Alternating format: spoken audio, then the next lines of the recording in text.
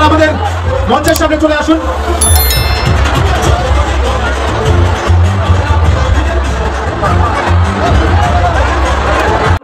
কে জিতবে কে হারবে আমরা ভোট শুনে দেখে নেবো, কিন্তু আমি যেহেতু বিপ্লবদার জন্য এসেছি, আমি মন প্রাণ থেকে চাইবো আমার প্রার্থী, আমার দলের প্রার্থী এবং আমার বিপ্লবদা যেন এই সিট থেকে জিতবে। দলের পক্ষ থেকে, আমার প্রার্থীর পক্ষ থেকে, আমার এখানকার যারা নেতা নেত্রী আছে তাদের পক্ষ থেকে আপনাদেরকে আরেকবার ধন্যবাদ জানাই, অসংখ্য অসংখ্য ধন্যবাদ। না মন থেকে বলছি, এটা সাজানো গোছানো নয়।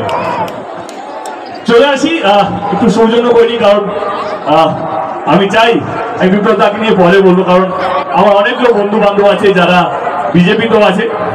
তাদের মধ্যে একটা অন্যতম নাম হচ্ছে সুকান্ত দা, আমার অত্যন্ত প্রিয় মানুষ। সুকান্ত দাকে শুভেচ্ছা। কে রাজনীতির ময়দানে যায়, যেই জিতুক না কেন, আমার মনে হয় যে মানুষ যাকে ভালোবাসবে, ভালো থাকবেন, শক্তির পাশে থাকবেন এবং শান্তিতে থাকবেন।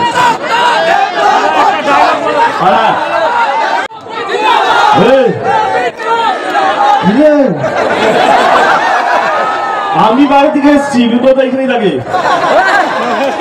কি হয়েছে?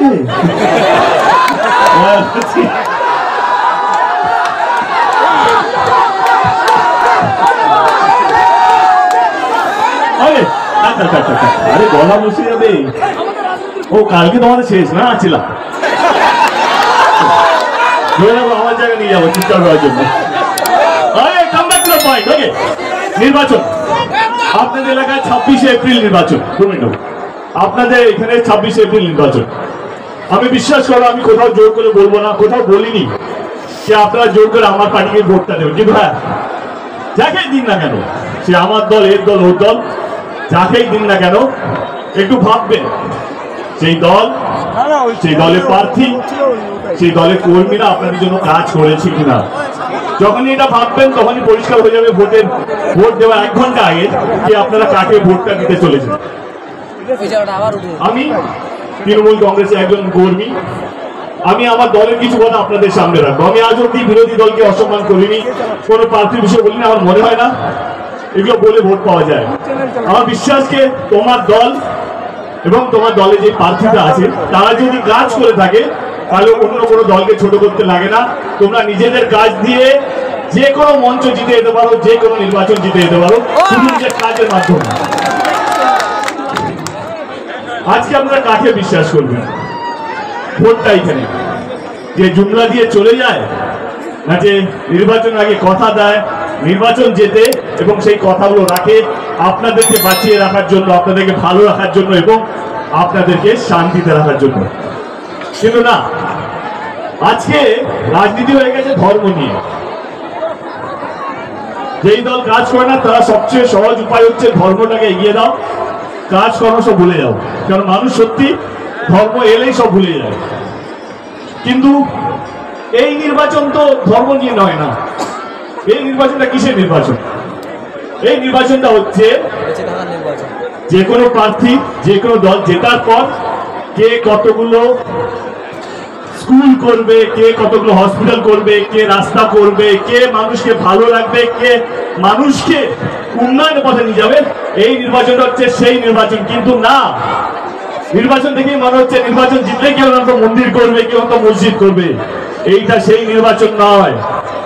এই নির্বাচনটা হচ্ছে কে কতগুলো স্কুল করবে, কে মানুষকে বাঁচিয়ে রাখবে, এই কতগুলো বাচ্চাই তো, এই বাচ্চাগুলো ভবিষ্যৎকে সুরক্ষিত করবে, কে আমার ভাইদের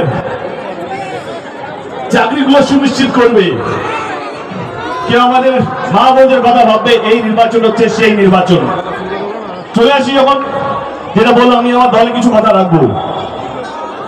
ওই দলকে ভোটটা দেবেন যে দলগুলো হসপিটাল, কলেজ, স্কুল, রাস্তাঘাট আপনাদের সমস্ত কিছু করে। হসপিটাল কথা যদি বলি তাহলে আমি আমাদের দলের কথা বলি। এই লোকসভায় আমাদের দল 2টি সুপার স্পেশালিটি হসপিটাল করেছে। ভোটটা হসপিটালের জন্য যাওয়া উচিত, মানুষকে বাঁচিয়ে রাখার জন্য যাওয়া উচিত। অনেকগুলো SMSU ইউনিট খোলা হয়েছে। অনেকগুলো গ্রামীণ হসপিটালটাকে ভালো করা হয়েছে, যাতে গ্রামের মানুষরা তাদেরকে শহরে আসতে না হয়, তারা তাদের গ্রামে যেন সুস্থ চিকিৎসা পায়, ভালো থাকে, সুস্থ থাকে এবং বেঁচে থাকে, সেইটা সুনিশ্চিত করছে আমাদের সরকার, তৃণমূল কংগ্রেস এবং আমাদের রাজ্য সরকার যিনি আছেন। তাহলে ভোটটা কাকে যাওয়া উচিত? শুধু তাই নয়, গরিব মানুষের যদি কিছু ভগবান না করে বড় রোগ হয়ে যায়, তার চিকিৎসা করাতে পেত না, কারণ তাদের কাছে টাকা পয়সা থাকতো না। কিন্তু সেখানেও আমার দল, আমাদের নেত্রী এক পায়ে গিয়ে স্বাস্থ্য সাথীর মতন কার্ড প্রকল্প নিয়ে এসছে, যেখানে 5 লক্ষ টাকা করে বীমা দেওয়া হয়, যেখানে প্রত্যেকটা গরিব মানুষ যে কোনো বড় হসপিটালে যেখানে বিপদটা করে বা যেখানে যত বড় লোকরা আছে, আম্বানি আদানি যারা যেখানে চিকিৎসা করে, সেইখানে গিয়ে তারা তাদের চিকিৎসা করাতে পারে এই স্বাস্থ্য সাথীর কার্ডের মাধ্যমে। তাহলে আপনারা কাকে ভোটটা দেবেন? যারা মন্দির বানাবে তাকে, না যারা হসপিটাল বানাবে, যারা মানুষকে বাঁচিয়ে রাখবে, যারা মানুষকে স্বপ্ন দেখাবে যে না এইভাবেও বাঁচা যায়, এইভাবেই লড়াই করা যায়, তাকে? আমি আরেকটা কথা বলেছিলাম, স্কুল ভোটটা কাটে যাওয়া উচিত, যারা স্কুল বানাবে। আপনাদেরকে জানিয়ে রাখি, আপনারা হয়তো জানেনও, এই লোকসভা কেন্দ্রে একটা বিশ্ববিদ্যালয় বানানো হয়েছে, 13টি সরকারি কলেজ বানানো হয়েছে, প্রাইমারি স্কুল থেকে আরম্ভ করে হায়ার সেকেন্ডারি সরকারি স্কুল বানানো হয়েছে, সেটাও আমাদের সরকার করেছে। ভোটটা এইটা নিয়ে যাওয়া উচিত। ভোটটা কে হিন্দু বা কে মুসলিম, কে মন্দির বা কে মসজিদ বানিয়েছে তার জন্য নয়।